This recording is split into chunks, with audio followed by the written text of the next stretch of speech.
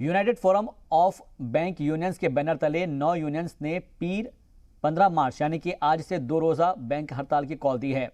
Unions ने 2 सरकारी बैंकों के मुजव्विज़ा प्राइवेटाइजेशन के खिलाफ यह हड़ताल बुलाई है।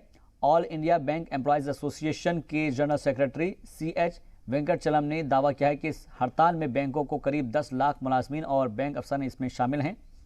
यह हड़ताल आज यानी कि 15 और 16 मार्च को होनी है। भारतीय स्टेट बैंक, केनरा बैंक समेत कई बैंकों के जानिब से अपने ग्राहकों को उनके ब्रांचों के दफ्तरों में कामकाज मुतासर रहने की इत्तला दे दी गई है। दरअसल आपको बता दें कि पिछले महीने पेश हुए आम बजट में वजीर खजाना निर्मला सीतारमण ने अपने 2 सरकारी बैंकों के प्राइवेट करने का ऐलान किया था और इन दोनों बैंकों का प्राइवेटाइजेशन साल 2021-22 में किया जाना है। इससे पहले सरकार IDBI बैंक में अपनी ज़्यादा हिस्सेदारी और साल 2019 में LIC को बेचकर इसकी प्राइवेट उसको कर चुकी है और साथ ही सरकार पिछले 4 सालों में 14 सरकारी बैंकों का इंतजाम कर चुकी है। इस खबर पर जी मीडिया नुमाइंदे समीर दीक्षित हमारे साथ ज़्यादा जानकारी के साथ जुड़ रहे हैं। समीर, आपसे जानना चाहेंगे कि जो आज हड़ताल बुलाई गई है उसमें कौन कौन से बैंक शामिल हैं और क्योंकि आज से हड़ताल शुरू हो रही है, इसका सीधा असर क्या देखने को मिल रहा है? जी बिल्कुल, ये 2 दिन की हड़ताल है जिसमें United forum of bank union, ये जो सबसे बड़ी संस्था है, इसके अंतर्गत 9 बैंक यूनियन आते हैं।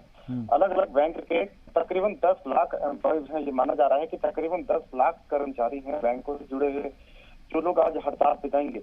और 2 दिन की ये हड़ताल है, आज और कल यानी 15 और 16 मार्च को ये हड़ताल है। हड़ताल का विषय यही है कि जो सरकार ने प्राइवेटाइजेशन का यानी कि 2 निजी बैंकों को उसमें प्राइवेटाइजेशन करने का जो जिक्र यूनियन बजट में किया है, उससे ये बैंक यूनियन काफी नाराज है और उनका मानना है कि प्राइवेटाइजेशन जो है आने वाले समय में बैंकिंग व्यवस्था में काफी कमजोरी लेकर के रोजगार पैदा कर देगा।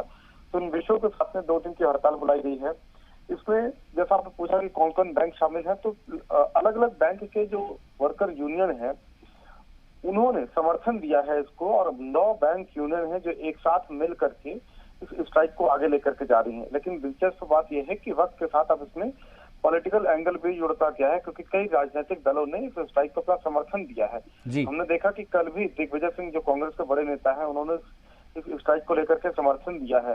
तो ये जरूर है कि जैसे जैसे दिन आगे बढ़ेगा इस स्ट्राइक का और असर हम देख पाएंगे, क्या कितना असर रहता है वो मैग्नीट्यूड हम देख पाएंगे। लेकिन ये जरूर है कि 2 दिन की हड़ताल के चलते लोगों को जरूर बैंकिंग से जुड़ी तमाम सेवाओं की दिक्कतों का सामना करना पड़ सकता है। जी, लेकिन समीर, क्योंकि आज देखिएगा वर्किंग डेज है और वर्किंग डेज के अंदर हम देखते हैं कि जो क्योंकि 2 दिन की छुट्टी के बाद जब बैंक खुलते हैं, जाहिर तौर पर आज का दिन काफी अहम हो जाता है।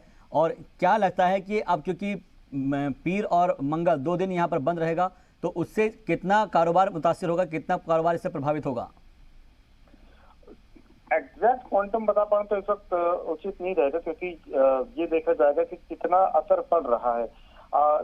ATM सुचारू रूप से चलेंगे, जो चेक क्लियरेंस है या कैश विड्रॉल, कैश डिपॉजिट करने जैसी जो सेवाएं हैं उन पर असर रहेगा। लेकिन पहले क्या होता था कि जब भी स्ट्राइक बुलाई जाती थी तो उसका जबरदस्त असर होता था। आज के समय में चूंकि इंटरनेट सेवाएं, नेट बैंकिंग सेवा ज्यादा उपलब्ध है, तो वो भी वजह है कि मैग्नीट्यूड पहले के मुकाबले अब कितना है ये देखने वाली बात होगी। लेकिन ये जरूर है कि जो फिजिकल बैंक एक्सरसाइज है, यानी कि आप जो बैंक में जा करके पैसा जमा करते हैं, निकालते हैं, उस पर जबरदस्त असर पड़ने की पूरी संभावनाएं हैं। जी, बहुत बहुत शुक्रिया हमसे बातचीत के लिए। मजीद अपडेट के लिए आपका।